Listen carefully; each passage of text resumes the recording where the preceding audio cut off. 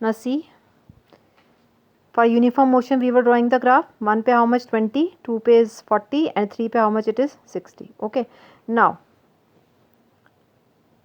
what is the application of this graph? Why we are drawing this graph? Okay, see, आपको पता है जब distance और time given हो तो आप क्या निकाल सकते हो? स्पीड का फॉर्मूला क्या होता है? Speed is distance upon time. Yes और नो? मीन्स अब देखो ग्राफ में आपको डिस्टेंस और टाइम तो गिवन है ना. मीन्स इस ग्राफ से आप क्या निकाल सकते हो? Speed. From this graph, from distance time graph we can find out the speed. How we can find out the speed? So what is the application of distance time graph? We can find speed from distance time graph by finding its slope. कैसे निकाल के? हम distance time graph से कैसे निकालते हैं इसकी speed? Bye finding its slope. अब ये स्लोप क्या होता है? Slope is perpendicular upon base, और आप इसको थीटा भी कहते हो, एंगल भी कहते हो. This is angle. Tangent theta भी कह देते हो, थीटा भी कह देते हो आप. You will do in maths, trigonometry में आप पढ़ोगे perpendicular upon base tangent theta, ये फंक्शन होता है. अभी इसको इतना डिटेल में करने की जरूरत नहीं है, मैथ्स में आएगा आपके पास. So how to find out speed from distance time graph? By finding its slope. What is slope? Slope is perpendicular upon base. इसको हम ग्रेडियंट भी कहते हैं. स्लोप का दूसरा नाम क्या है? ग्रेडियंट भी होता है. ठीक है, बेसिकली स्लोप पता क्या होता है? आपने देखा you have a ramp in your school, है ना आपके स्कूल में रैम्प. तो अगर ये फ्लैट एक सरफेस है, this is the slope. Yes, certain angle पे आप उठा देते हो किसी को. यस और no? This is called as slope. ये है ना. Yes, this is slope. Ramp है ना आपके स्कूल में, ऐसा होता है रैम्प. स्लोप भी बोलते हैं आप इसको. What is this? This is a slope. And what is slope? Slope is perpendicular upon base. अब देखो क्यों परपेंडिकुलर अपॉन बेस से आपके पास स्पीड आई. देखो परपेंडिकुलर क्या है? इस ट्रायंगल का परपेंडिकुलर क्या है? This is the perpendicular. And what is this? Is it distance? Distance है ना ये परपेंडिकुलर है इसका. And what is this? This is 60, और 60 क्या था हमारे पास? डिस्टेंस. अपॉन में क्या है? Base. Perpendicular upon base. Base is what? Time. Base is what? Time. Base, this is perpendicular. So perpendicular upon base is distance upon time. Yes or no? And we know that distance upon time is what? Speed. So speed is distance upon time, that is perpendicular upon base of a distance time graph. So whenever you have a distance time graph, from distance time graph we can find out speed. How? By finding its slope or gradient, one and the same thing. And what is the formula for slope or gradient? That is perpendicular upon base. Now next note 2 is there. For case 1 what is the slope? अब देखो मैंने आपको बोला था ये flat surface है, इसका ये स्लोप होता है. मतलब कुछ एंगल आएगा ना, यहाँ पर कुछ एंगल बनेगा तो आपके पास स्लोप आएगा. यहाँ कोई एंगल तो बन नहीं रहा, अभी तक फ्लैट है, तो इसकी स्पीड क्या होगी? वैसे भी आपको पता है when the body is at rest speed is 0. तो इसका कोई स्लोप तो है नहीं, एंगल तो है ही नहीं इसका कोई. इसका परपेंडिकुलर बेस क्या निकालोगे? It is a straight line. Yes और नो? तो इसकी स्पीड क्या होगी? 0, because it slope is 0. So for case 1, that is case 1 means when the body is at rest slope is 0, means speed is 0.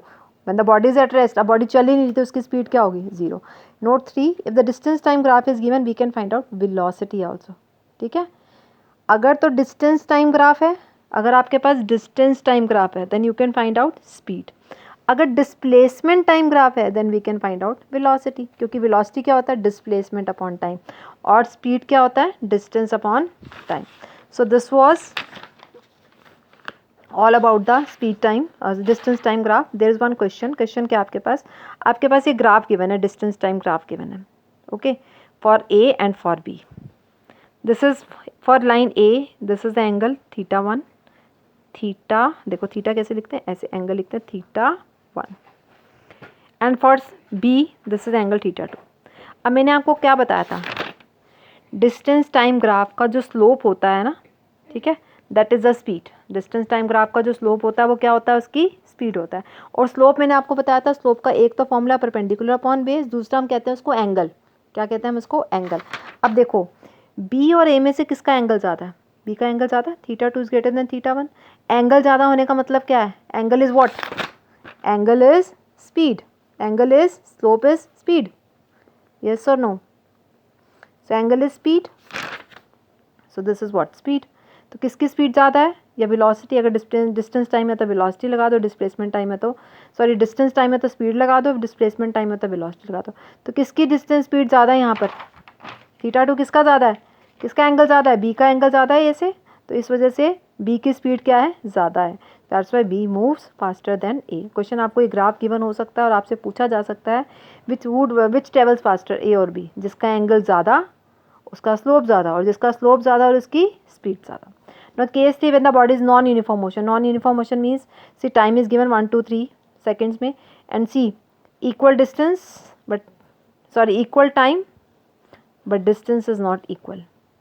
When a body covers unequal distance in equal intervals of time. देख लो time interval equal है 1 2 3 but distance क्या है 0 5 फिर 20 आ गया, एकदम 15 का gap आया, फिर एकदम 25 का गैप है। This is a non uniform motion. Non uniform motion के लिए ग्राफ देखो कैसा बनेगा आपके पास। अब 0 था, 1 पे क्या था 5, 2 पे 20, 3 पे 45। देखो मैंने 1 पे 5, 2 पे 20 और 3 पे 45 यहाँ कहीं आएगा। जब इसको आप ड्रॉ करते हो, ज्वाइन करते हो, you get a curve, you get a curve. तो आपने कर्व पे ना 2 पॉइंट्स लिए, एक पॉइंट लिया आपने क्यू पॉइंट, एक पॉइंट आपने लिया क्यू पी। इन 2 पॉइंट्स पे ना जैसे आपने, मैंने आपको अलग से डायग्राम ड्रॉ करती हूँ, एक ये कर्व आई आपके पास, एक आपने पॉइंट लिया क्यू, क्यू पे ना ऐसे एक टेंजेंट ड्रॉ करो। ऐसे टेंजेंट होता है जस्ट एक टच करती हुई लाइन, ये ड्रॉ की, ये एंगल आया इस लाइन का। क्यू सो पे एक टेंजेंट ड्रॉ करता है। टेंजेंट क्या होता है? बिल्कुल एक टच करती हुई लाइन, जैसे कर्व है, कर्व के ऊपर एक टच करती हुई लाइन बिल्कुल, this is called as tangent. तो यहाँ पर आपने एक टेंजेंट ड्रॉ किया, कौन से पॉइंट पर? क्यू। उसका एंगल कितना था? सपोज θ1। यहाँ पर एक पॉइंट लिया आपने पी, यहाँ पर भी आपने क्या किया? एक टच करती हुई लाइन ड्रॉ की ऐसे, ठीक है। और इसका एंगल कितना आया? हमने क्या लिया इसको? θ1, इसको लिया θ2, और इसको आपने लिया θ1, θ1 θ2। कौन सा एंगल ज़्यादा दिख रहा? θ1 एंगल ज़्यादा है θ2 से, यस और नो? θ1 ज़्यादा है θ2 से। वैसे भी दिख रहा है, ये ऐसा स्लोप है, ये एक ऐसी लाइन बन रही है, एक ऐसी लाइन है और एक ऐसी लाइन है। कौन सी एंगल ज़्यादा है? ये वाली एंगल ज़्यादा है ना, ये वाला। अभी एक स्लोप ऐसा है, एक रैम्प ऐसे बना हुआ, एक रैम्प ऐसे बना हुआ, तो किसका एंगल ज़्यादा है? इसका एंगल ज़्यादा है, पी वाले का। पी का एंगल ज़्यादा होने का मतलब एंगल ज़्यादा है, मतलब स्लोप ज़्यादा है, स्लोप मतलब स्पीड ज़्यादा है। तो पी पर स्पीड ज़्यादा है, क्यू पर स्पीड कम है। Okay, so velocity at P is more. अगर डिस्प्लेसमेंट टाइम वर्ड है, डिस्टेंस टाइम है तो स्पीड वर्ड यूज़ करेंगे, डिस्प्लेसमेंट टाइम है तो वेलोसिटी वर्ड यूज़ करेंगे। Velocity is more at P than at Q. It is a accelerated motion. देखो velocity बढ़ रही है ना, क्यू से पी तक वेलोसिटी बढ़ रही है, पी पे वेलोसिटी ज़्यादा है, क्यू पे वेलोसिटी, तो कैसी मोशन? एक्सेलरेटेड। एक्सेलरेटेड के लिए कैसा आएगा? ऐसा आएगा curve.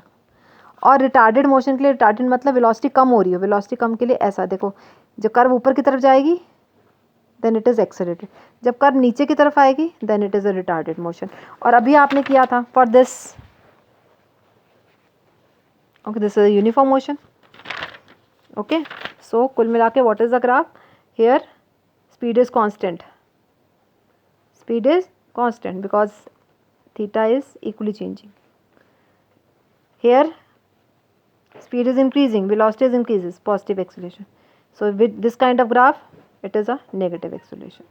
Okay, so this was all about your distance time graph.